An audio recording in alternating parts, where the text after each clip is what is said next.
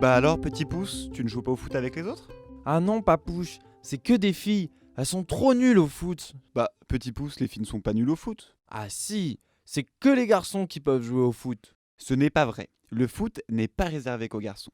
Et j'ai un très bon exemple. Ta mamouche, elle jouait très bien au foot. Quoi? Mamouche jouait au foot? Oui, super bien. Elle driblait même tout le monde et tous les garçons l'observaient. Il voulait toujours être dans son équipe pour gagner. Ramenez la coupe à la mamouche. Exactement, petit pouce, exactement. Elle me faisait même penser à Atalante. À ma tante? Mais pourquoi? Mais non, petit pouce, Atalante. C'est une héroïne. Mais pour connaître cette histoire, il faut retourner en Grèce antique, il y a très très longtemps. Machine à aller en arrière.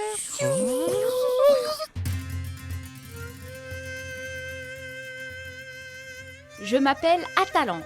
Je suis une chasseuse et guerrière. Moi, je suis indépendante et j'en ai rien à faire des garçons. Ouais.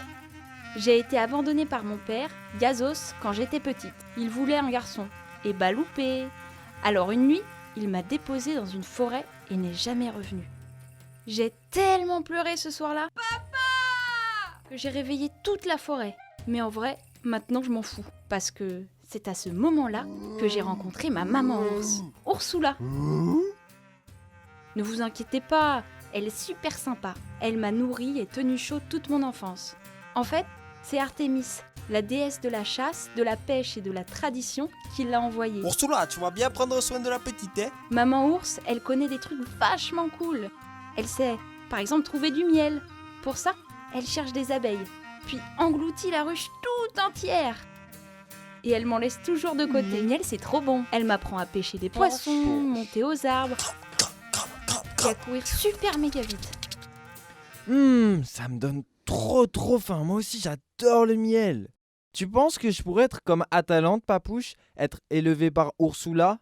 Tu pourrais, petit pouce, mais il faudrait que tu n'aies plus peur du noir, parce qu'il n'y a pas de veilleuse dans la forêt. Ah oui, c'est vrai. Bon, je continue.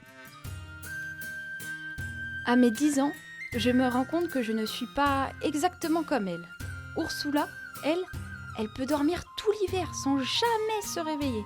J'ai essayé de faire pareil, j'ai jamais réussi. C'est vachement long. Compte les moutons, Un jour, alors qu'elle dort, je rencontre 2 chasseurs dans la forêt. Ces 2-là trouvent que je ressemble à Artémis. Chasse, pêche et tradition.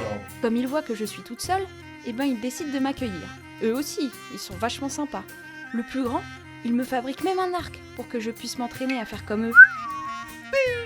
Ils m'apprennent plein de trucs. À suivre les traces des animaux, à me déplacer sans faire de bruit et à tirer dans une pomme à 15 000 mètres. Oh, Atalante, t'as fait pas un peu trop là? Je deviens même plus fort qu'eux. Et on dit de moi que je suis l'orgueil des forêts d'Arcadie. Oh là là, qu'est-ce qu'elle est classe, l'orgueil des forêts d'Arcadie! Bon d'accord, mais Papouche, pourquoi tu dis qu'elle te fait penser à ma mouche? Tu veux savoir pourquoi elle est imbattable? Oui. Eh bien, laisse-moi finir, petit pouce. Mon aventure la plus célèbre, c'est celle du sanglier de Calydon. Une énorme bête au corps poilu et aux défenses toutes blanches. Il est envoyé par les dieux dans la région pour tout dévaster, pour punir le roi de Calydon. Ouais, super, alors quand super. te donne pas, mais... Et même qu'il mange tous ceux qui osent le défier. Les fermiers en ont marre. On en a Alors, gros. le roi rassemble des chasseurs pour vaincre la bête. Il y a son fils, Méléagre, Thésée, Castor, Pollux, Télamon, Pélée et Atalante. Moi quoi. T'as vu? Je suis la seule fille du lot. Mais c'est moi qui vais tuer le sanglier. Je dis pas que c'était la chasse la plus facile. J'ai dû affronter beaucoup de bêtes, dont 2 centaures à qui j'ai bien cloué le bec. Dans vos faces, les centaures! Après ce combat, j'ai aperçu le sanglier.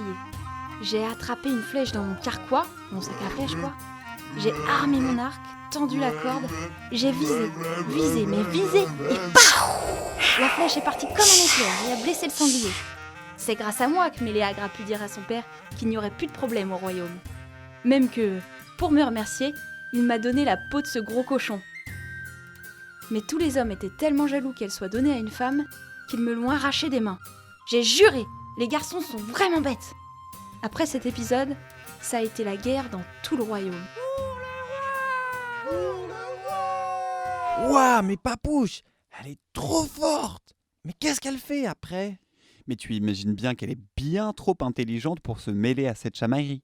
Elle préfère continuer sa vie d'aventure, partir chasser, nager, sauter, dormir et surtout manger du miel. Mais si elle n'a jamais été battue, c'est qu'elle existe toujours alors.